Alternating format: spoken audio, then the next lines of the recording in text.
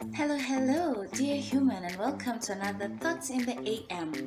Did you know what AM and PM actually mean? Well, this is why I boxed. AM and PM comes from a Latin word derivative, which means ante-meridian and post-meridian. That means before midday and after midday. I have been thinking about why why do we limit ourselves? Why do we define ourselves in a certain way? We have been brought around and brought up in different communities, some that have either faced oppression or some that may not even be aware that their communities were part of that chain of the oppression. And it brings about the conversation of privilege, brings about the conversation of who has a faster steed in the race of life when you think about trying to actualize who you are as a person. Some of these limitations are not one that we may be able to identify. If you're in a group of people who are used to, yes, let's walk to the river every 1 kilometer, and to you say, this is life, versus another that has put down a pipeline and therefore everybody gets their water straight to their houses, to them, that is life. So what do you do with the time that you have extra? 1 kilometer takes you 30 minutes. To another person, that 1 hour, they could be using to learning how to paint. And so the disparity in who we end up forging ourselves is somehow dictated by the limitations that we are accustomed to. And the constant questioning of that why, the constant questioning of the system, the constant questioning of ourselves could perhaps help us discover which values are not working for us and which values and beliefs have been working against us. So as a collective people, then we can question, let's say, why are we not getting access to clean water, poverty on the rise, what is causing the divide? Is it about capitalism? Is it about systemic issues? Now that word has been used a lot, and I'm sure a lot of people have been hearing about it, but you find the majority of the people that you're trying to create like a sustainable development program are not on that alignment, or they do not see why you're coming to do that. So it really mind boggled me, especially working in the development space, when we say, oh, we want to alleviate poverty. But if you go and meet people that you want to help out, they're not seeing the challenge, or they're not seeing it as big as you are. To them, they're living on the survival mode. They want to put a meal on their table. They, of course, want to have better access to healthcare, education, food, shelter, but they have not experienced it to the level that some of us, honestly, have been privileged to. And even if you live in the cities of this same, let's say, for example, third world countries, it's not the same experience as somebody who's living in a poverty area / urban city in a developed country. And it got me really thinking then, yes, then I am living in an urban city. What other limitations are there? And when it comes to my perception of how I'm providing a solution, am I also biased, and am I also limited by the experiences that have been granted, and the fact that even the people around me have also been living in a similar circle? So even if our variations of the definitive self would be different, it's not going to be such a huge difference as if I was to move to another country entirely. So here I'm going to jump in on a segment when I was watching this video again, was about what I had left out, in the sense that when you're coming up with solutions for different communities and trying to give them this solution as something that could help them get either clean water and things like this, is this something that they are aware of? Is it that they're lacking the finances, or do they want the support in bringing out the idea? One thing that I've realized is that a person who's living in a problem possibly has thought about different solutions, and instead of going there to give a solution on its own entirety, it would be also ideal to talk with the communities themselves to see what do they also understand could be a possible solution for them, and then merging what is already existing in other communities that have possibly developed further on that solution, and what they also would see as a taking into their own, taking into account as well their way of living and their own cultural practices, that it doesn't come to dismantle the whole thing. And so when we ask ourselves, when we're coming up with solutions, I would love to have more opinions from the community that we're trying to impact. One thing that we tend to do is the surveys. People do surveys, they give you like a sort of an overview idea as to what the problem is. One thing I've come to really appreciate about living in a different country is you get to see and learn and experience what are their belief systems, what are their values, what do they see differently that from my upbringing I would either take as a plus to start chiming down and breaking those shackles of things that have maybe limited my way of thinking. At the same time, I could see how then I can contribute from what I have been gaining from my own experience and upbringing to the people who I interact with. Now, if you think of it on a singular aspect, it's like putting a drop of water in an ocean and expecting the ripple effect to grow. When I look at things that are going either viral or what people are discussing about, right now, the world definitely is going through a tough time. It's going through a tough challenge. We are having everything turned over its head. And I'm thinking that now that we're having more time to somewhat reflect and not necessarily be so engulfed in the world of moving on the pace, that we can start thinking around how do we get a collective knowledge. When it comes to the study of epistemology, and this brought me to this word. So I was about to do another video about doubt, but then it brought me to the word of epistemology, and it is the philosophical study of the nature, origin, and the limits of the human knowledge. So the term is derived from the Greek word episteme. Oh my God, if I have butchered it, I've butchered it. But it's the word knowledge, and logos, which is reason. So according to the field, it's sometimes referred to as the theory of knowledge.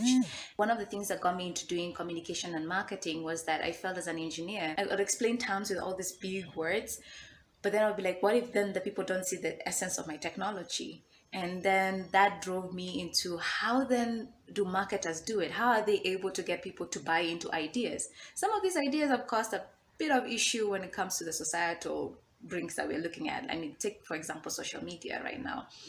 People have been sold the idea of a lifestyle. You've been sold the idea of you need to eat this or do that. When we talk about a solution for the people, we talk about hunger, we talk about lack of access to healthcare, trade issues, and especially in the continent of Africa. Now that we're talking about the Africa Continental Free Trade Area, I was wondering, do the people understand what the solutions are? Do they even need the solutions? And if they need these solutions, what is the limitation to them proactively taking on that solution and making it their own? And two, is there even an assumption that perhaps they don't have the solutions?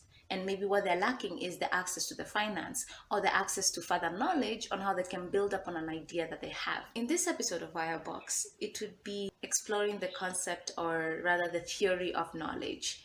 Is our limitation to knowledge also limiting how fast we're progressing individually, as people, and as a society, and even overall as a human?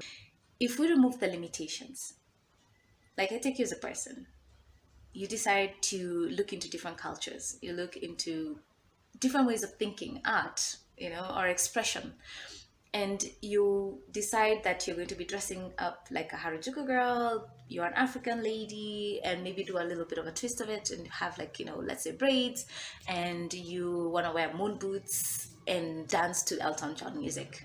I'm just throwing around things out here. But the person has curated things that they feel connected to. And what society has seen most of the time is when you live in a certain way of thinking or have formulated a sort of culture with boundaries, that for you to be able to be identified as one of us, you have to behave a certain way or believe in a certain kind of thing, no matter how much you have a sort of flexibility on that, that perhaps you're missing out on the explorative side of humanity. If you were to use the theory of evolution, we had people dispersing out from Africa, settled in different continents. They adapted differently depending on the climate, the type of food, even how they built together their own belief system. And therefore, it would kind of make an ideology on how, in that explorative sense, they started formulating their society. And as we went through the different evolutions, you even had the industrial evolution, you had people who were curious to ask, why can't we fly like the birds? Or why can't we sink under like the fish? Why do we have to walk all this distance? Why can't we come up with contraptions that could help us and ease our way out? And I look at that Renaissance era where we had a lot of people exploring the whole element of how much further can we push the aspect of science. We end up now with a society that has the planes, which mean now you can fly around and meet other people from other cultures. We can be able to communicate. Case in point, this is a video, you see me in my own home, and we can even understand different sorts of knowledge that is not limited to what we've been taught in our books. Like, I'm looking at what I was studying in class, and my 5th year, when I started using YouTube, I was like, oh my God, there's so much knowledge here that I would not have necessarily gotten as access should I relied on my books only. And that made me wonder that, are we going through a sort of a process where we have to really question the knowledge and limitation we have to that, and then broaden the aspect of being yourself? If you were to mix it up, like I'm dressing up like Harajuku girl, and I like dancing to Elton John, and I'm African, and I have dreadlocks maybe with rainbow colors, but I've had this epiphany of what that type of combination will bring into the understanding of self, and sharing that knowledge, having somebody else go maybe down the rabbit hole and dress up like in the 1920s and have this sort of philosophical journey of themselves, and being open to the human experience of discussion of what did you find when you went into your own Alice or Peter Pan Wonderland, of the discovery of what you've curated to be a definition of yourself. And this can apply in the sense of art, apply in the sense of medicine, apply in the sense of political will, scientific discoveries, because I feel that there's so much now that those, when we dispersed, learned how to do things in the east, in the west, in the north, in the south. If we were to bring our collective knowledge, now that we're dealing with issues like climate change, now we're talking about systemic issues that have been there from age-old misgivings of humanity. If we were to bring together the knowledge that these different societies and communities have, if we're going to face a world where it turns upside down because of everything that's happening in climate change, the areas that were arid will now become flooded areas, or areas that used to have like quite a bit of 4 seasons will now have only 2 seasons. If we took the knowledge of how the farmers dealt with those different types of seasons, if we talk about even the type of clothing that then we can exchange as a knowledge, then we would possibly be able to survive that, perhaps in the discussion and sharing of knowledge in a way that would look, even not only from the people point of view, but also from the institutional point of view, that perhaps we can be able to change this world for the better. That is on one angle, but also on the angle of the self and the person being themselves. You can also have that freedom to break those chains. So from coming from a society that has a lot of limitations, some I'm even learning as I continue talking with my friends who come from different parts of the world. They may look like minute things, but when you break that thinking, like, oh wow, I can actually do this. And I continue forging the identity of self. So I believe it is important to ask why. And the more we ask why, research. And when we find that research, we share. And as we share, we figure out how to communicate so that we get the majority of the masses, either those who are facing the same type of belief system, to break from that. And hopefully we get to a point where humanity is coming as one to figure out how we're going to get off this planet, go to Mars and leave Earth to recuperate. Because let's be honest, I do not know what we're going to do once this whole world turns upside down.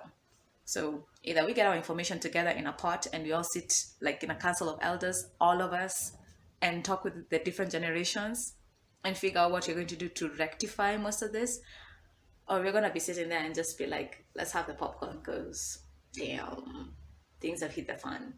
So what things have you found about yourself from either how you've been brought up or from things that you've researched that have changed your perception of yourself and your perception of the world?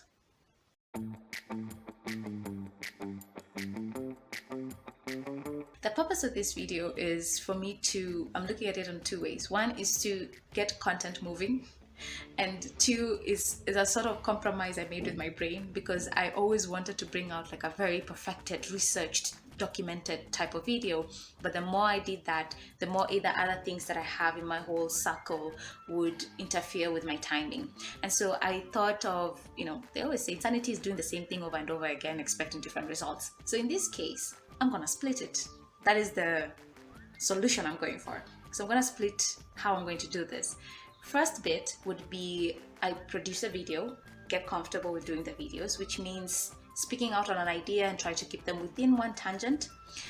Then the second video or series of videos will take the context from the first video and research on that, and therefore I can produce either shorter videos to give you further research or information or expound more on a topic. So if you notice something within the first video, I'll always label them like part 1, this is the beginning, and then we continue with the answer series. So if you notice something within the first video that you'd like to for me to expound on, or you do have a knowledge on that, I would love to maybe even do like a two-way sort of discussion so that we can expand on it and hopefully get to a section where it would be easier to churn out from a topic and research into one without having to break it out. Because by then I would have gotten accustomed to churning out videos on a sequence. Thank you very much for watching, and this has been Wire Box. Catch you later.